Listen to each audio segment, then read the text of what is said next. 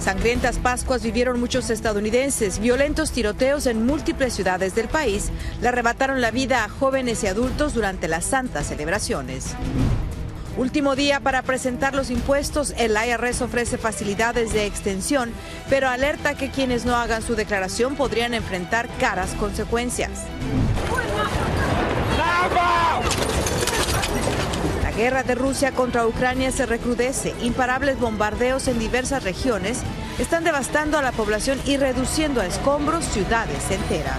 Así comienza su noticiero Estrella TV.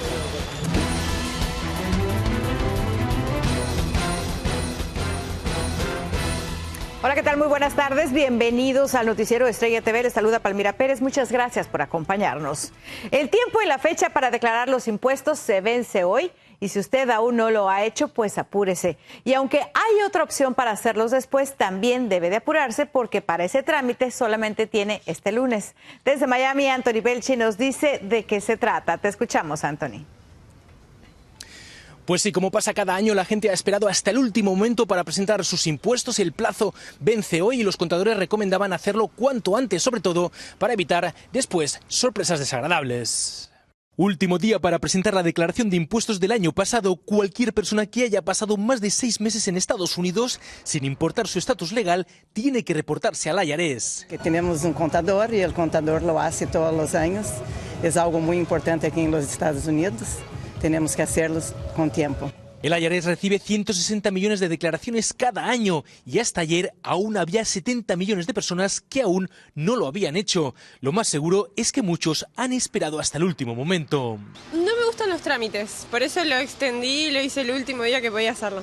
Los contadores no dan abasto, así que si se le ha tirado el tiempo encima, siempre puede pedir una prórroga antes de que finalice el día de hoy. Es un proceso realmente sencillo que podría evitar más de un dolor de cabeza. Solamente lo que hacemos es como un formulario diciendo prácticamente que todavía no tienen todos sus documentos y necesitan un poco de tiempo más.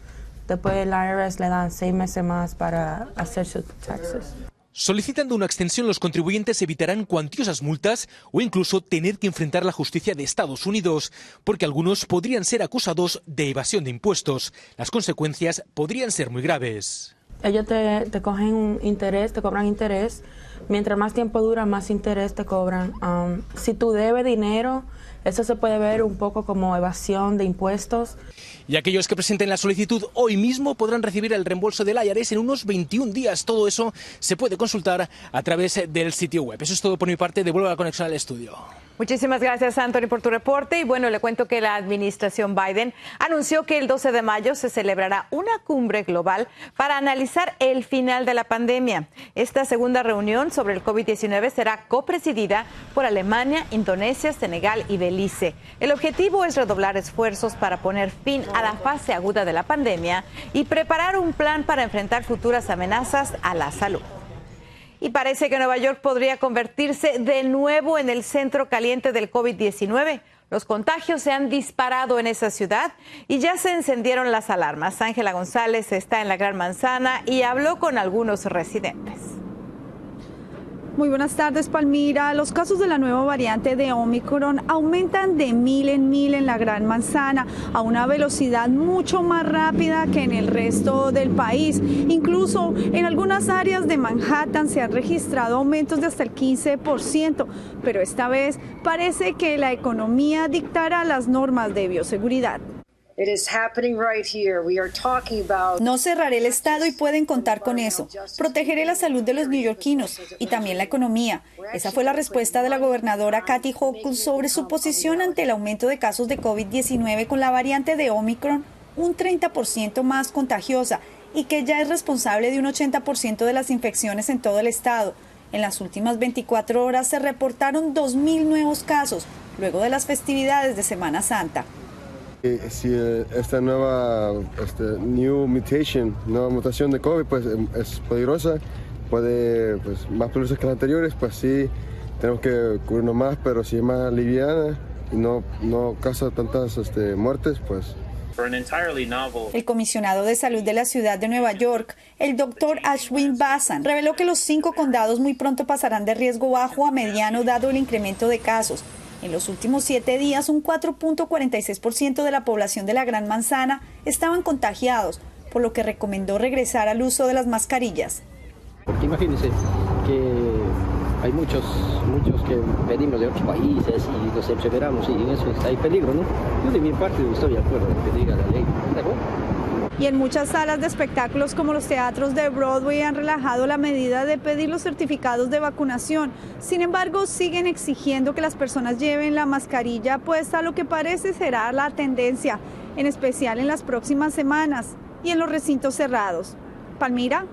Gracias, Ángela. Vamos a continuar hablando del tema porque una jueza federal de la Florida anuló hoy la orden nacional de mantener el uso de la mascarilla en el transporte público. En su fallo, la magistrada explicó que los Centros para el Control y Prevención de Enfermedades se excedieron en su autoridad. En días pasados, la agencia había extendido hasta el 3 de mayo el mandato que hoy expiró. Por su parte, la Casa Blanca calificó hoy esta decisión como decepcionante. Y oiga, si usted es dueño de un pequeño negocio en Los Ángeles, California, y la pandemia casi lo arruina, hay buenas noticias. El gobierno de esa ciudad anunció que tiene $12 millones para apoyar con $15,000 o 6 meses de renta a los empresarios que se atrasaron en su pago. Las solicitudes comenzarán a recibirse a partir del día de hoy. Y más buenas noticias, la compañía Verizon hizo un anuncio que alegró a miles de sus empleados. La gigante de la telefonía celular informó que planea aumentar el salario mínimo a $20 la hora. Y el beneficio es para todos, los de servicio al cliente, los de ventas en las tiendas y al menudeo, y hasta quienes no estén en esos equipos automáticamente recibirán el incremento. En otro tema, la violencia armada sigue sin control en nuestro país. Balaceras en distintas ciudades dejaron a varias personas sin vida y a decenas en el hospital. Esto justo en los últimos días de la Semana Mayor o la Semana Santa, como también le llaman. María Teresa Sarabia tiene el reporte. Estados Unidos vivió un sangriento fin de semana de Pascua con al menos 4 tiroteos, uno de ellos en el norte de Pittsburgh, donde 2 adolescentes murieron al desatarse una lluvia de balas en una fiesta en la que había al menos 200 asistentes, la mayoría menores de edad. Tristemente tuvimos 2 víctimas que murieron de heridas de bala, ambos menores de 18 años, y tuvimos otros 8 que sufrieron lesiones. 2 vidas perdidas y cientos de vidas que cambiaron para siempre, porque todavía tenemos que pasar legislación significativa para reducir la cantidad de armas en nuestras calles. El violento incidente tuvo lugar en una residencia de Airbnb como a las 12:30 de la madrugada de ayer. La policía de la ciudad de Allegheny informó que se reportaron al menos 90 detonaciones, pero que hasta el momento no se tiene ninguna pista de los responsables. En tanto, en la Florida, otro hombre perdió la vida y una mujer y 2 adolescentes sufrieron heridas ayer durante una balacera en una casa de Golden Glades. También ayer, pero en Portland, Oregon, las autoridades reportaron que un adulto murió y 3 adolescentes resultaron con lesiones de bala. Hasta el momento no hay detenidos relacionados con este incidente. Y en Carolina del Sur se registraron 2 tiroteos en solo 2 días que dejaron un saldo de 23 heridos. Todo comenzó el sábado cuando un hombre de 22 años que ya fue arrestado abrió fuego en un concurrido centro comercial contra otros sujetos, pero lo hizo en defensa propia, argumentó su abogado. Mientras que ayer, en ese mismo estado, 9 personas recibieron disparos en el interior de un club nocturno de la localidad de Furman, reportó la policía. María Teresa Sarabia, Noticiero Estrella TV. Qué situación más difícil. Escuche esto, una pequeña estudiante llevó tequila a un kinder en Michigan. Según informes, la alumna metió una botella José Cuervo Mix al salón y la compartió con 4 compañeros. Una mujer recibió una llamada de la escuela Grand Rapids Academy en la que le notificaron que su hija fue una de las que bebió el tequila. Y un adolescente de California que se perdió hace casi 3 años fue encontrado en Utah. Se trata de Connor Jack Oswald, quien padece de autismo y tenía 17 años cuando desapareció en septiembre del 2019 en la ciudad de Clear Lake. Esto al noreste de Sacramento. Él fue hallado a casi 700 millas de distancia, temblando de frío y empujando un carrito de supermercado. Llegamos a la primera pausa, pero volvemos. Más de una veintena de terroristas finalmente fueron detenidos en varios estados de la nación. Las fuerzas rusas continúan su descarado bombardeo sobre varias ciudades de Ucrania. y rechazan con amplia mayoría la reforma eléctrica propuesta por el presidente de México. 5 votos en pro. Se desecha el proyecto.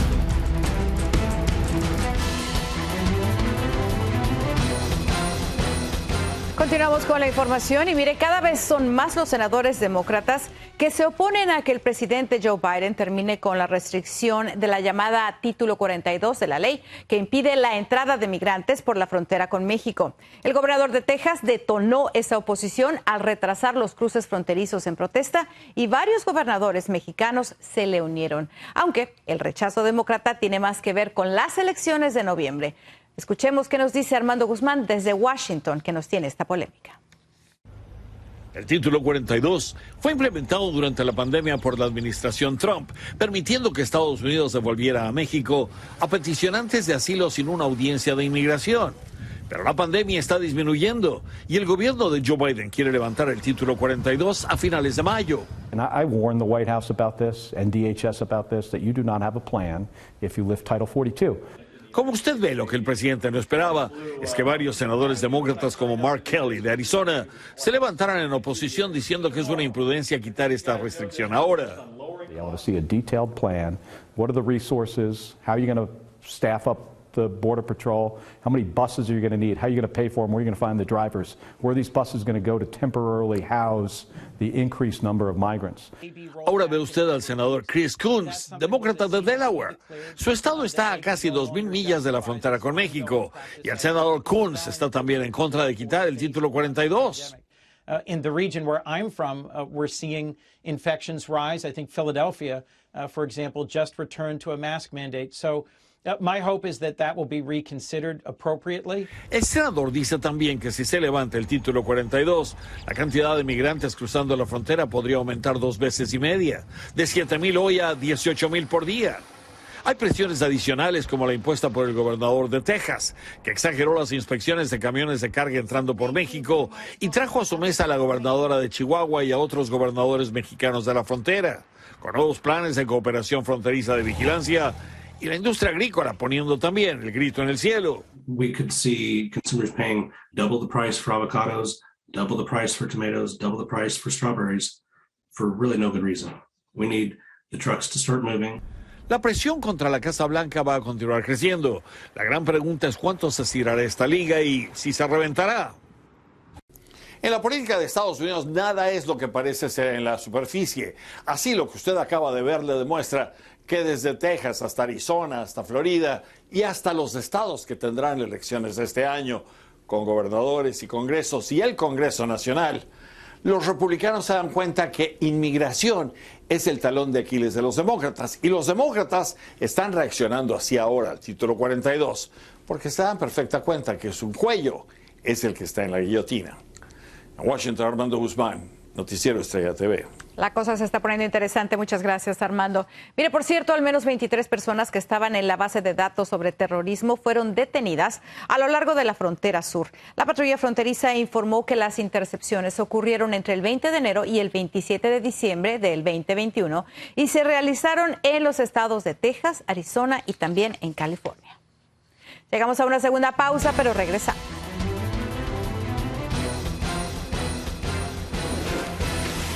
Nada detiene los implacables ataques de Rusia que continúan devastando a Ucrania. El presidente de México sufre duro golpe luego que su reforma eléctrica no fue bien recibida. Le contamos.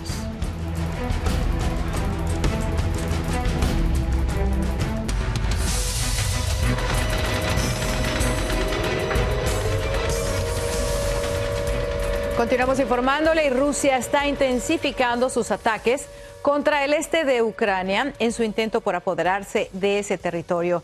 Hoy, un devastador bombardeo sobre la ciudad de Kharkov mató a 9 personas y dejó a otras 25 heridas, pero también otras localidades al oeste fueron atacadas, como Lviv, donde hubo 7 muertos y 11 lesionados. Y por su parte, el presidente de Rusia condecoró a los soldados que presuntamente masacraron a unos 400 civiles antes de retirarse de Bucha. Vladimir Putin otorgó el título honorífico de guardia a toda una brigada de infantería motorizada por su heroísmo y valentía y porque agregó sus elementos son un modelo de ejecución del deber militar. Mire, miles de entristecidos ucranianos que dejan atrás sus casas para huir de la guerra son reconfortados por el amor y las atenciones con las que son recibidos por las naciones vecinas. Nuestro corresponsal en Ucrania, Edgar Camargo, nos trae dolorosos testimonios. Así es, me encuentro en la ciudad fronteriza con Polonia y Ucrania, llamada Médica. Aquí es una de las fronteras con más flujo de refugiados ucranianos que buscan escapar de la invasión rusa. Mujeres, niños y jóvenes continúan cruzando la frontera hacia Polonia, lejos de la destrucción y el terror que ha sembrado la invasión rusa en Ucrania. Lo más difícil es perder mi hogar por las bombas rusas y tener que dormir por una semana en un sótano. En el momento de su llegada, no importa si es de día o de noche, son recibidos con alimentos, bebidas calientes y un lugar para resguardarse del congelante frío en la región. Después de perder mi hogar, es reconfortante recibir la ayuda de las personas en estos momentos de miedo. Decenas de voluntarios de distintas partes del mundo ayudan cargando maletas, traduciendo y con información de cómo llegar a su destino. Creo firmemente que aquí la única cultura que hay es la cultura de ayudar a los demás. Porque independientemente de que encuentres un voluntario que no habla tu idioma, el simplemente decirle, sabes que ayúdame, vamos a cruzar o vamos a ayudar, vamos a dar esto y lo otro, eso ya es impactante. Yossi vino desde la Ciudad de México para apoyar a los refugiados ucranianos. O sea, al menos 24,000 personas han sido ayudadas desde que las 3 semanas que tengo aquí, directamente las que pasan caminando acá, desde que se les entrega todo lo que realmente se necesita. Milania tiene tan solo 7 años y a su corta edad ha sido testigo de la crueldad de una guerra. Lo que más miedo me dio fue ver cómo los soldados rusos caminaban por las calles y el sonido de las bombas. Milania logró empacar solo su unicornio de peluche y tiene un mensaje para el mundo. Gracias a todas las mamás, papás y abuelitos del mundo por ayudar a Ucrania.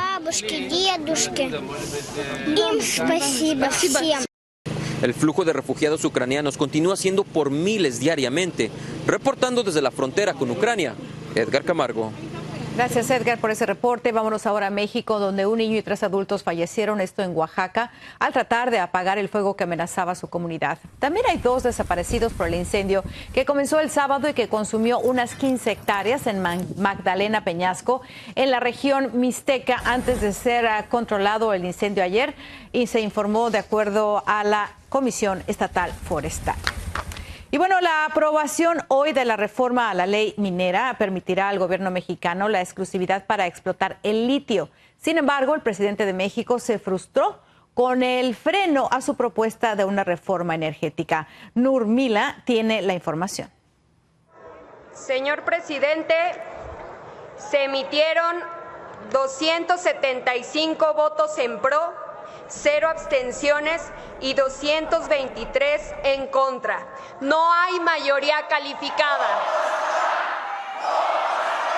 Con esas palabras se selló ayer en el Pleno de la Cámara de Diputados de México el fracaso de la reforma eléctrica propuesta por el presidente Andrés Manuel López Obrador. Se cometió un acto de traición a México por parte de un grupo de legisladores.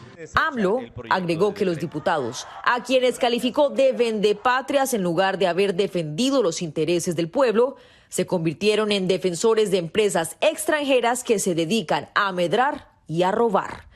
Los diputados de los partidos del PAN, PRI y Movimiento Ciudadano bloquearon el dictamen por considerarlo un retroceso en materia eléctrica.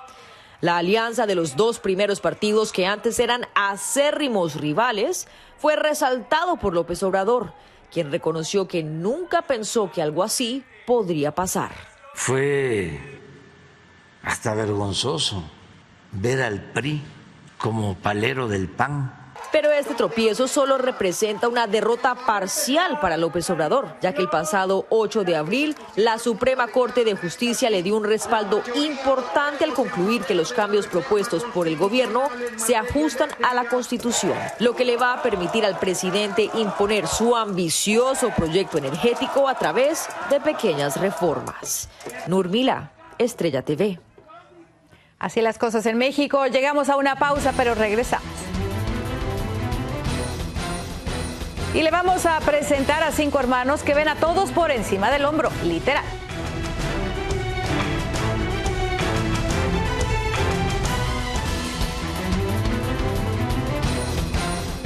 Miren, le vamos a presentar a los 5 integrantes de la familia Trapp, que se apoderó del récord de ser la más alta del mundo. Ahí los tiene, vamos a ver el video. Son Scott, Chrissy, Savannah, Molly y Adam. Ellos viven en Minnesota y miden un promedio de 6 pies con 8 pulgadas. Imagínese usted.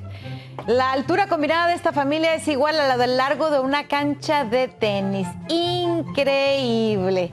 Bueno, con esas imágenes nos despedimos. Nos vemos mañana. Muchas gracias por haber empezado esta semana con nosotros.